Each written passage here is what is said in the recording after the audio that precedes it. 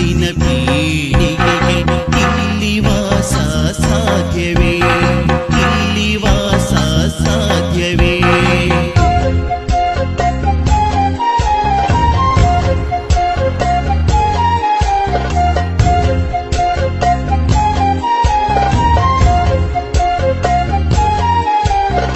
ನೆರಳಿಗಾಗಿ ಕರವ ಚಾಚಿವೆ ಸಾಲು ಸಾಲು ಮರಗಳು, ದಾಹ ನೀರಿಗೆ ಚಾಚಿ ನಾಲಿಗೆ ಕಾಯುತ್ತಿರುವ ನದಿಗಳು.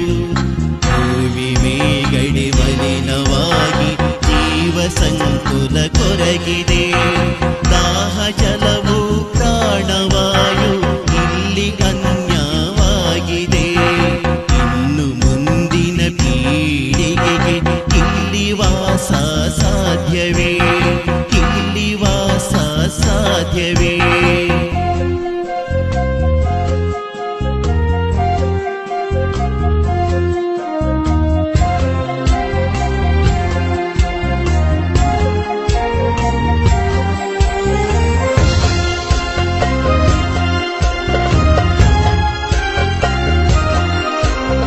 ಮರದ ಎಲೆಗಳ ಸ್ಪಂದನ, ಹಸಿರು ಗಿಣಿಗಳ ಕೂಜನ,